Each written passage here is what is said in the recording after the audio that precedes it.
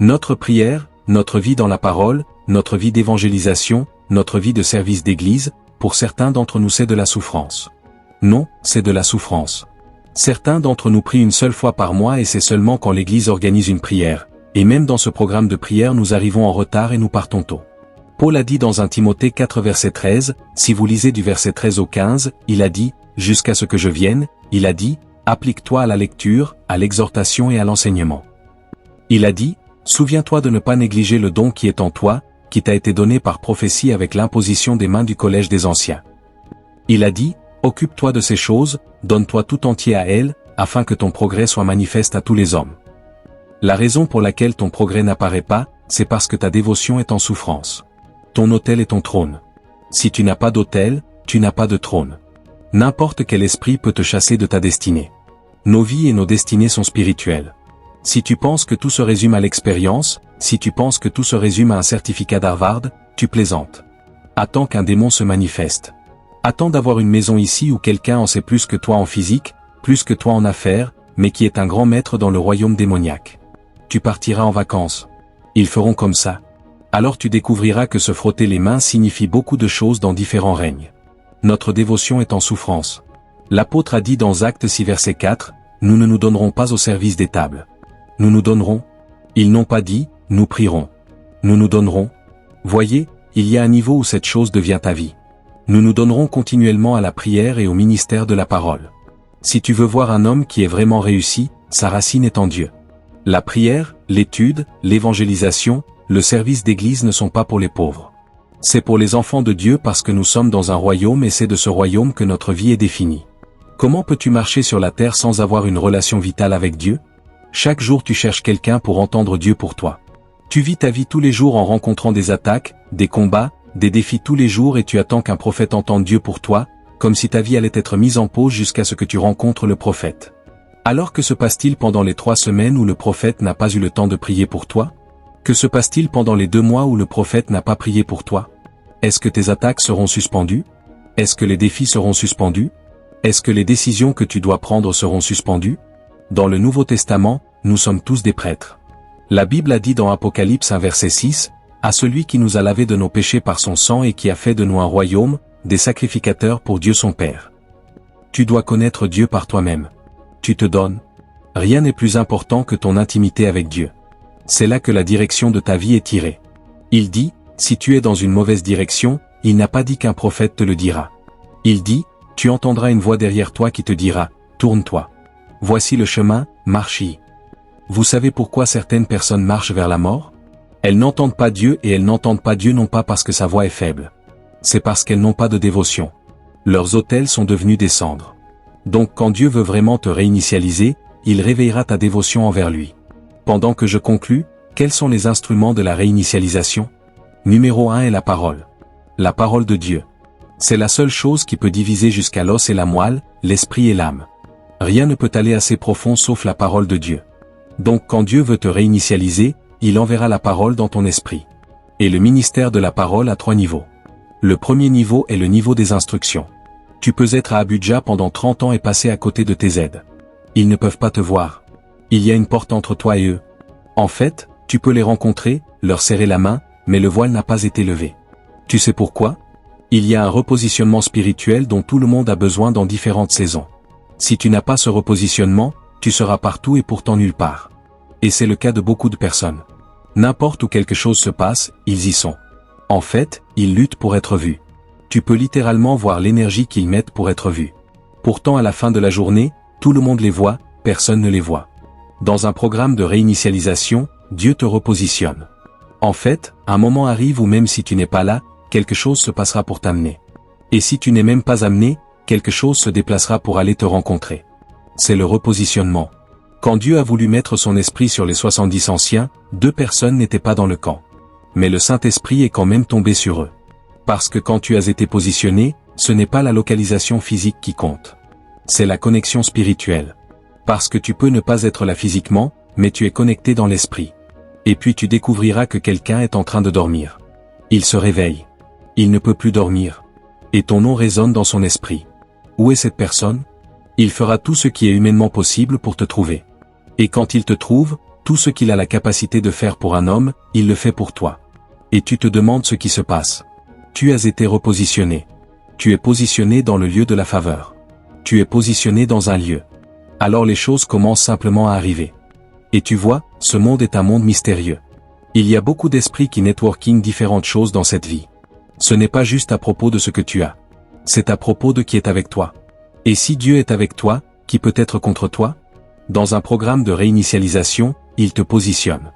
Et je suis persuadé que Dieu est en train de repositionner quelqu'un. Il y a des gens qui ont un caractère très irritant. Tu les rencontres, tu regrettes pourquoi tu les as jamais rencontrés et tu ne les as pas rencontrés longtemps. 5 minutes suffisent pour te dire qu'ils sont les mauvaises personnes pour être dans ta compagnie parce que le caractère est mauvais. Dieu m'a enseigné. Il a dit qu'ils ont 3 domaines majeurs de la vie, le pouvoir, la doctrine et le caractère. Si tu n'as pas d'autorité, peut-être l'autorité spirituelle, l'autorité gouvernementale, l'autorité économique, si tu n'as pas une compréhension exacte de Dieu qui est la doctrine, et si tu n'as pas le bon caractère, il a dit tu n'iras nulle part dans la vie. Dieu façonnera et travaillera sur ton caractère. C'est trop important. En fait, dans la pensée de Dieu, tu devrais être exactement comme Dieu. Dans une Pierre 1 verset 15, il dit, « Soyez saints comme votre Père céleste est saint ». Dieu veut que tu modèles son essence. Donc quand nous parlons de caractère, nous ne prenons pas simplement une ou deux choses. Tu es humble, tu es patient. Nous disons que tu deviens semblable à Christ.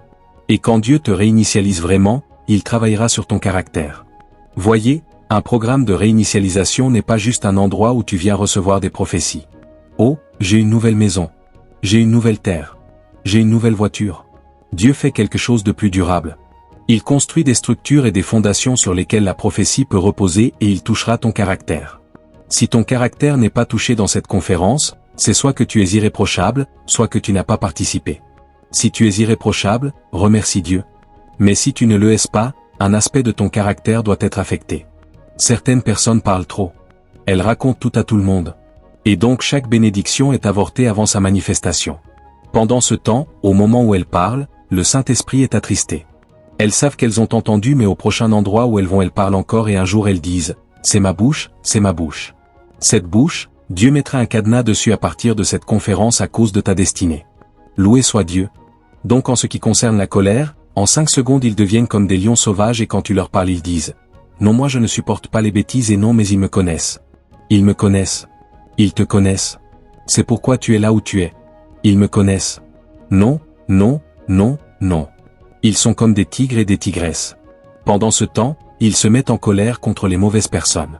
La personne contre qui tu es en colère, ta colère n'affecte pas la personne.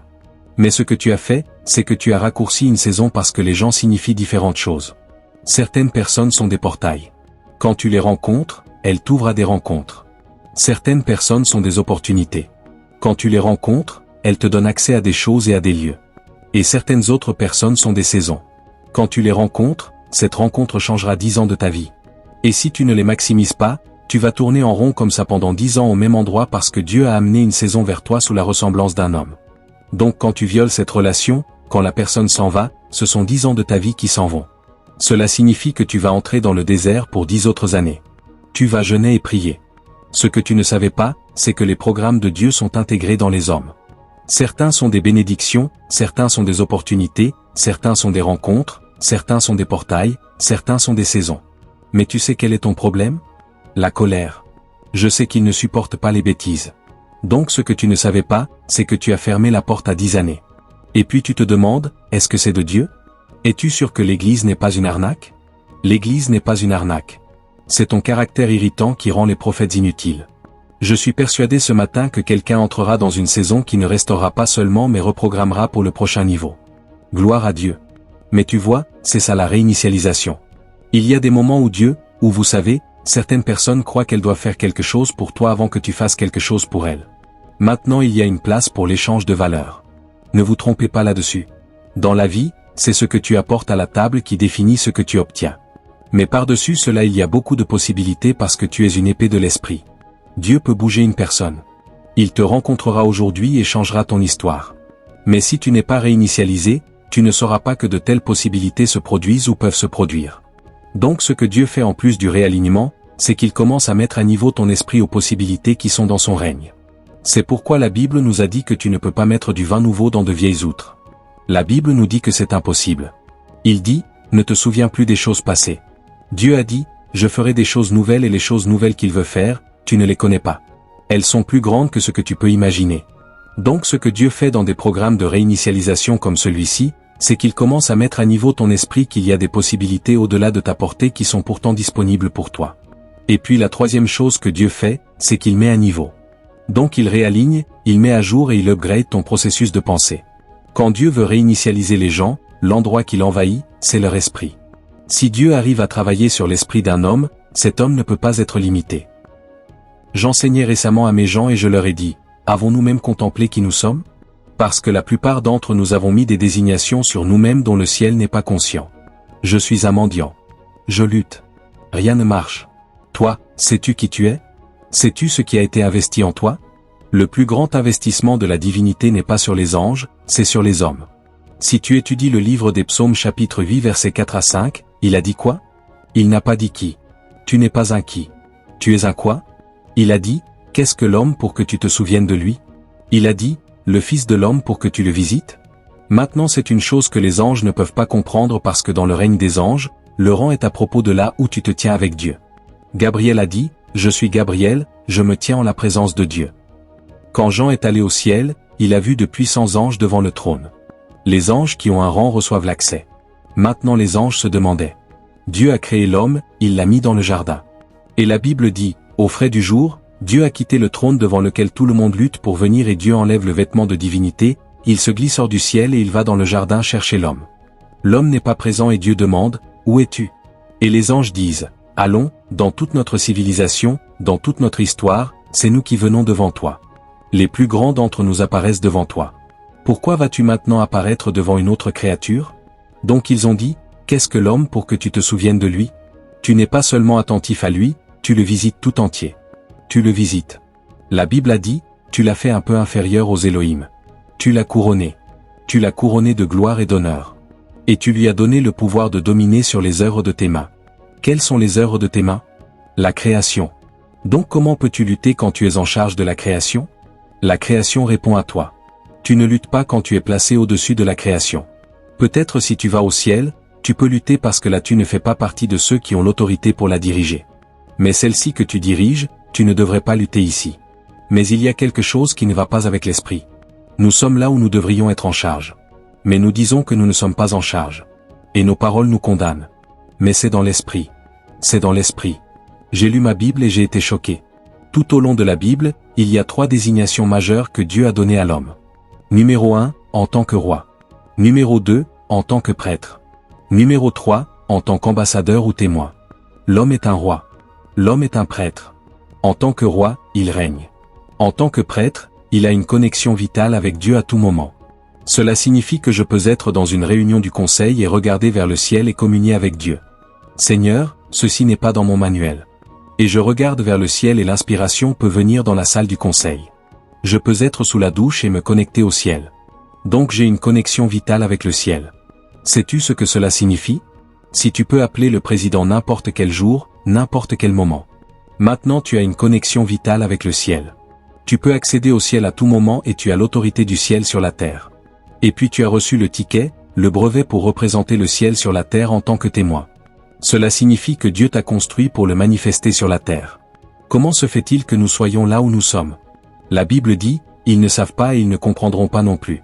Psaume 82 verset 5, j'ai dit, vous êtes des dieux. Il a dit, il a fait tout ce qui était droit devant l'Éternel. Il a dit mais il l'a fait avec un mauvais cœur. Quelqu'un peut donner pour une mauvaise raison. Paul a dit, je peux donner mon corps pour être brûlé mais si je n'ai pas l'amour, cela ne me profite de rien. Comment quelqu'un peut-il mourir pour quelqu'un pour une mauvaise raison ? C'est possible. Et jusqu'à ce que Dieu intervienne, il n'y a rien que tu puisses y faire. Donc dans une conférence comme celle-ci, Dieu vient pour réingénier nos motifs. Les gens prêchent pour de mauvaises raisons. Aussi sacré que soit cet appel, les gens le font pour de mauvaises raisons. Il y a des gens qui prêchent pour l'argent. Donc au moment où ils voient des gens se rassembler comme ça, la première chose à laquelle ils pensent est ce qu'ils vont dire pour prendre de l'argent chez eux. Et cet argent n'est pas pour le royaume. Ils veulent aller en vacances aux Bahamas. Il y a des gens qui prient pour de mauvaises raisons. Tu vois quelqu'un qui pleure à l'autel, tu penses que Dieu a élevé un intercesseur. Quand on te donne l'opportunité d'écouter ce qu'ils disent, tu seras choqué. Comment le dénime peut-il être comme ça? Seigneur, et moi? Pourquoi? Quoi? Qu'est-ce que j'ai fait contre toi? Et leur prière est une accusation contre Dieu. Qu'est-ce que j'ai fait contre toi? Pourquoi suis-je comme ça? Seigneur, est-ce juste? Seigneur, es-tu vivant? Je suis fatigué de toi. Et la personne, tu penses qu'il gémit dans l'esprit. Tu penses qu'il est en travail. Mauvaise prière. Maintenant pourquoi veut-il être comme l'autre personne? Pour que lui aussi puisse se vanter? C'était le problème d'Anne. Elle priait mais le but était d'avoir un enfant comme Penina. Et Dieu a dit non, le motif est mauvais. Tu ne vas pas avoir un enfant comme Penina. Tu es censé élever un prophète. J'ai incubé ton ventre. Tu n'es pas en train d'enterrer. Ce ventre est incubé. Seul un prophète peut en sortir. Mais elle ne l'a pas compris et elle priait en gémissant. Elle était l'une des meilleures images de travail dans la Bible avec Anne. Mais c'était un mauvais motif. Aujourd'hui les gens prient pour se vanter. Je suis un homme de prière. Et ils veulent que tu saches que si c'est la prière, ce sont eux qui ont le mauvais motif. Aussi spirituelle que soit la prière, quand Dieu veut te réinitialiser, il change ton motif. Sais-tu qu'il y a des gens qui donnent afin d'être vus et afin qu'on les honore? Odogu est venu. Donc le gars peut donner des choses valant 1 milliard de Nera, c'est l'applaudissement des hommes, des choses qui n'ont aucune valeur éternelle. Mauvais motif. Quand Dieu veut t'aider, il change tes motifs. Dans 2 Timothée 3 verset 16, il a dit, « Toute écriture est inspirée de Dieu. » Le mot écriture là est le mot graphet. Et il a dit, « Elle est profitable pour l'enseignement, pour la correction, pour la réprimande, pour l'instruction dans la justice, afin que l'homme de Dieu soit accompli, parfaitement équipé pour toute bonne œuvre. » Maintenant, quand il a dit l'homme de Dieu, il ne parle pas du prêtre sur l'autel. Il parle de quiconque est né de Dieu. Parce que homme de Dieu n'est pas nécessairement un pasteur ordonné. Homme de Dieu signifie quiconque est de Dieu. Quand tu es de Dieu, tu es un homme de Dieu. Si tu es né de Dieu, tu es un homme de Dieu. Il a dit, mais pour que tu sois édifié, tu as besoin de la parole. Les instructions viendront. Le deuxième niveau de la parole est le logo. Jean chapitre 1 à partir du verset 1, au commencement était le logo. Le logo était avec Dieu. Le logo était Dieu. Et il a dit au verset 4, le logo est la lumière qui éclaire tout homme venant dans le monde. Donc ce que la parole fait, c'est qu'elle élève ton intelligence. Elle élève ta créativité. Elle élève ta capacité d'inspiration. Donc pendant que la graphette instruit, le logo élève ton intelligence. Donc la raison pour laquelle tu entres dans un défi, tu sais quoi faire, c'est parce que tu as interagi avec le logo. Le logo est une méthodologie de Dieu. Quand tu lis la parole de Dieu pendant un moment, les voies de Dieu te sont révélées. La raison pour laquelle tu peux être dans les affaires, quelqu'un veut te tromper, tu sais que quelque chose ne va pas. Et, apporte les registres ici. C'est parce que les signaux de ton esprit ont été activés. Tu es devenu une lumière qui brille dans les ténèbres. Tu ne peux pas prospérer sans le ministère de la parole. Si ta priorité est mauvaise, tes actions ne peuvent pas être justes. Et donc dans un programme de réinitialisation, Dieu va ingénier tes priorités. Dieu d'abord. Dans Matthieu 6 verset 33, cherchez premièrement le royaume. Quelle est ta valeur avec Dieu? Quel est ton investissement avec Dieu? Quelle capacité et quelle position as-tu avec Dieu? Quand Dieu comptera ses fils, appella-t-il ton nom? Il a dit, le fondement du Seigneur est solide, le Seigneur connaît ceux qui sont à lui. Le fait que nous soyons tous rassemblés ici ne signifie pas que nous sommes tous de Dieu. Dieu connaît ceux qui sont à lui. Et ceux qui sont à lui ne sont pas seulement nés de lui. Il cherche premièrement le royaume. Vérifie ton temps. Vérifie tes finances. Quel pourcentage va à Dieu? Ensuite tu parles de famille. Ensuite tu parles de carrière parce que tu dois aussi impacter l'humanité. Mais tu dois avoir une priorité qui est juste et qui impacte ton appel. Maintenant je suis un prédicateur. Dieu peut me bâtir et me discipliner de telle sorte que 70% de mon temps soit investi dans la prière, l'étude et l'évangélisation. Tu peux être un politicien. Tu serviras Dieu différemment. Donc il te donnera ton propre quotient de manière que ton appel ne souffre pas, parce que quand ta priorité est juste, ce n'est pas nécessairement comment tu répartis tes opérations. C'est dans quelle mesure ton appel est réalisé, parce que le but de la priorité est que tu accomplisses le dessein de Dieu pour ta vie. Et donc Dieu te montrera comment prioriser correctement. C'est un endroit critique pour la réinitialisation.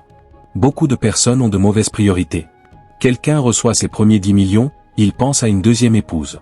Quelqu'un entre dans une salle, il rencontre des personnes importantes pour la première fois. Il parle de son loyer de maison parce que pour lui, s'il peut avoir son loyer de maison. J'ai entendu quelqu'un qui interviewait un milliardaire récemment et il a dit qu'il a payé 4,5 millions de dollars pour s'asseoir avec Warren Buffett pendant quelques minutes. Les personnes qui ont la bonne priorité savent comment maximiser les opportunités. Mais les personnes qui ont les mauvaises priorités gaspillent les opportunités. Quand tu es réinitialisé, Dieu redéfinira tes priorités. Et tes priorités définiront à leur tour comment tu vivras ta vie. Nous devons arrêter de marcher en cycle. Il est temps de faire de très forts progrès dans la vie. Le sentier du juste est comme une lumière resplendissante. Il brille de plus en plus jusqu'au jour parfait. Quand tu vois un problème, tu ne verras pas une limitation. Tu verras une plateforme pour la manifestation. Parce que s'il n'y avait pas de ténèbres, la lumière n'aurait pas de beauté. La lumière brille dans les ténèbres. Et les ténèbres ne l'ont pas comprise. Quand il y a un changement mental, chaque déception devient une opportunité. Chaque défi devient une plateforme.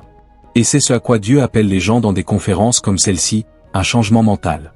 Numéro 2, quel domaine Dieu va-t-il créer une réinitialisation? C'est ton cœur et tes motifs. Pourquoi l'esprit parle de capacité? Le cœur parle d'essence.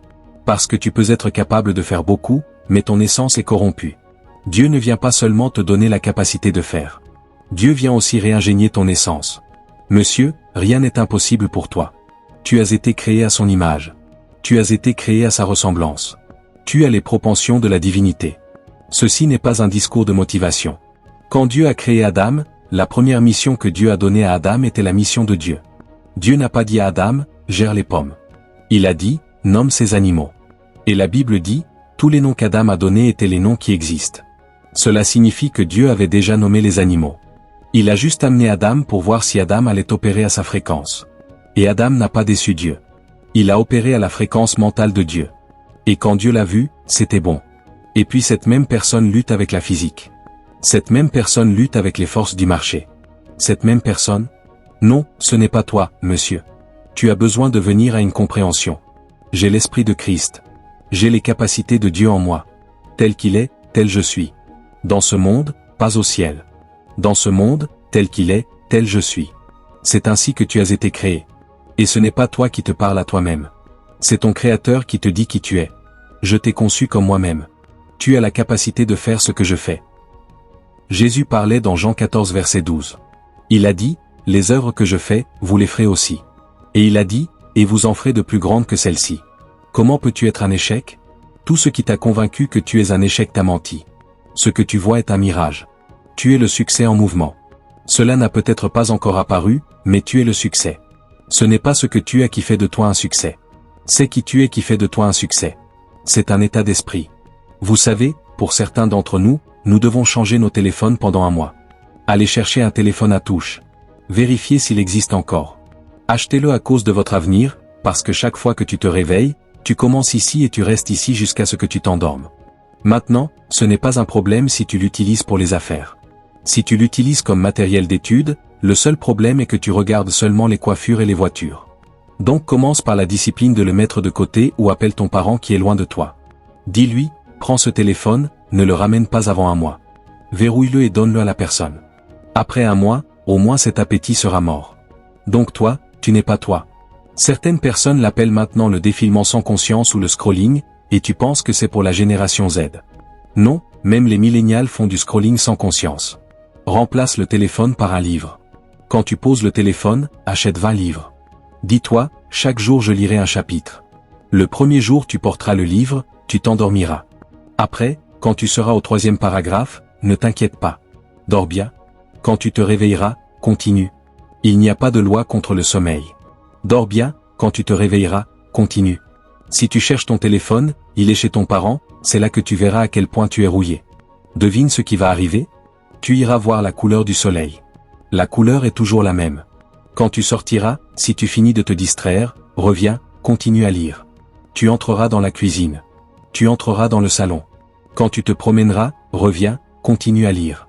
Après 7 jours, la rébellion cessera. Ton esprit commencera à devenir calme parce que tu n'as pas nourri le mauvais appétit. Tout appétit qui n'est pas nourri est mortifié. Le 26, j'ai acheté 30 livres. Ce n'est pas sur la prière. Je sais assez sur la prière. Devine quoi? J'ai acheté 30 livres sur la création de richesses, sur le leadership et sur le management. Je les ai gardés dans ma chambre. Quand je me réveille, j'en prends un. L'alchimiste. Je lis. Je lis les 7 habitudes des gens très efficaces. Atomic Habits. Je lis juste chapitre par chapitre. Je ne dis pas que je vais tous les lire. Mais la première fois que je l'ai pris, cela ne semblait pas spirituel parce que je suis habitué aux règnes angéliques. Je suis habitué à la prière. Je suis habitué au jeûne. Je le porte. L'autre est des histoires. Je dis, bienvenue dans le monde de la richesse. Nous devons le connaître. Procure-toi des matériaux pertinents. Au bout de 3 mois, tu seras choqué. Même toi tu seras étonné que tu as tous ces potentiels. Donc moi aussi je peux faire des millions. Moi aussi je peux avoir des rencontres. Oui, tu peux. La raison pour laquelle tu ne le fais pas, c'est qu'au lieu d'échelle, tu bloquais tes cieux par la façon dont tu gères ton temps, dont tu gères ton argent, dont tu gères tes dons, dont tu gères les gens. Dieu te mettra, Dieu t'entraînera sur comment faire ces choses. Si Dieu ne réinitialise pas ta capacité d'intendance, peu importe ce qu'il te donne. Certaines des personnes pauvres que tu rencontres ont les plus grandes opportunités et les plus grandes ressources. Elles ne sont pas toujours comme elles sont. Elles les gaspillent. Et donc dans un programme de réinitialisation maintenant, pourquoi est-ce que je vous donne cette fondation? Afin que quand la série de ministres rende ministère, vous sachiez ce que vous recevez en partie. Quelqu'un peut rendre ministère ici pendant 1 heure, tout ce que tu reçois est une instruction. Quelqu'un peut rendre ministère ici, tout ce que tu reçois est de la sagesse. Parce qu'il y a différents domaines de recherche. Comme certains d'entre nous gaspillent l'argent. Nous pensons que jusqu'à ce que quelqu'un nous donne 1 milliard, c'est là que notre vie commencera. Demande aux milliardaires et ils te diront comment ils ont commencé à trader avec 100 Naira et ils ont fait grandir 100 Naira pour devenir 1 milliard. L'homme pauvre attend 1 milliard pour commencer mais le milliardaire a commencé avec 1 Naira parce qu'il n'y a pas d'intendance. La Bible nous dit dans 1 Corinthiens 4 verset 1, Paul a dit, « Je suis un serviteur de Dieu et un intendant des mystères de Christ. » Et il a dit, « Il est requis des intendants qu'on les trouve fidèles. » Tu fais confiance à Dieu pour le prochain niveau et tu abuses du niveau précédent. Non, tu vas répéter cette classe. Dieu ne peut pas te présenter au président quand tu abuses du conseiller. Dieu ne peut pas te présenter au milliard quand tu as gaspillé des milliers parce que le résultat sera le même. Il a dit, si un homme est fidèle dans les petites choses, il sera fidèle dans les grandes. Luc 16 versets 10 et 12. Donc si un homme n'est pas fidèle dans les petites choses, il n'y a pas besoin de gaspiller beaucoup sur lui. Donne-le à ceux qui peuvent le gérer parce qu'il y a un royaume à faire avancer. Puis-je vous surprendre? Si vous vérifiez les dons qui sont ici ce matin, c'est assez pour changer l'Afrique. Mais quel est le problème? Peut-être seulement 10 personnes tirent le meilleur parti de leurs dons. Quelqu'un est chanteur, il ne chante jamais. Quelqu'un est créatif, il n'applique jamais. Tu vois une personne créative qui devrait être dans le domaine de l'entrepreneuriat en train de chercher un emploi pendant 10 ans. Il n'a pas réalisé qu'il y a un don dans un programme comme celui-ci. Ce que Dieu fera, s'il a besoin de te donner un rêve, une vision, de te faire rencontrer quelqu'un, il le fera afin que tu enlèves d'abord cette cravate. Tu n'as pas besoin d'une cravate. Ce dont tu as besoin, c'est d'un jean et d'une chemise. Entre dans un atelier. Active un don. C'est la réinitialisation. Les dons ne sont pas gérés. Les finances ne sont pas gérées. Les opportunités ne sont pas gérées. Les relations ne sont pas gérées. Voyez, certains d'entre vous après ce programme iront envoyer un texto à quelqu'un et diront « Je viens de me souvenir à quel point tu as été une bénédiction pour moi et je veux dire merci. » Tu sais pourquoi? Parce que tu n'as pas remercié tes aides. Le seul moment où tu les contactes, c'est quand tu as un besoin. Donc quand ils disent « Bonjour monsieur », ils disent « Qu'est-ce que tu veux ?» Et tu réponds bêtement « S'il te plaît, les frais de scolarité. » Certains d'entre nous quitteront cette conférence. Vous savez ce que vous ferez? Vous irez acheter un grand panier cadeau et vous l'apporterez à la maison de quelqu'un et vous direz « Je veux juste dire merci parce que tu as mal géré la relation. » Certains d'entre nous devons même appeler certaines personnes et nous excuser. Je sais que j'ai réagi de manière excessive ce jour-là. Je sais que j'ai réagi ce jour-là. S'il te plaît, supporte-moi juste. J'avais une période difficile parce que le Dieu que nous cherchons est venu vers toi sous la ressemblance d'un homme. Tu ne l'as pas reconnu. Reconnais-le. Parfois la spiritualité se trouve dans les activités physiques quotidiennes. Dieu nous enseignera encore l'adoration. Certains d'entre nous quitteront cette réunion et iront vérifier leur profil de dette. Combien tu as dépensé l'année dernière versus combien est entré dans ta main. Certains d'entre nous ont dépensé plus qu'ils n'ont reçu parce que certaines des choses que nous avons dépensées n'ont même pas entré dans notre main. Quelqu'un dit, je veux te donner quelque chose. Tu dis, ok, je dois ici. S'il te plaît reste là. Pendant ce temps, quand nous venons à l'église, vous devez voir la prière. On dit, chaque semaine notre voix est partie à cause de la prière, ce qui est bon. Mais au moment où l'argent entre dans ta main, tu le gaspilles. Tu pries, pries, pries. Au moment où Dieu amène une relation raisonnable, tu la gaspilles. Parce que Dieu ne veut pas te bénir et que tu deviennes une honte dans la bénédiction. Et donc quand Dieu te bénit, il t'upgrade.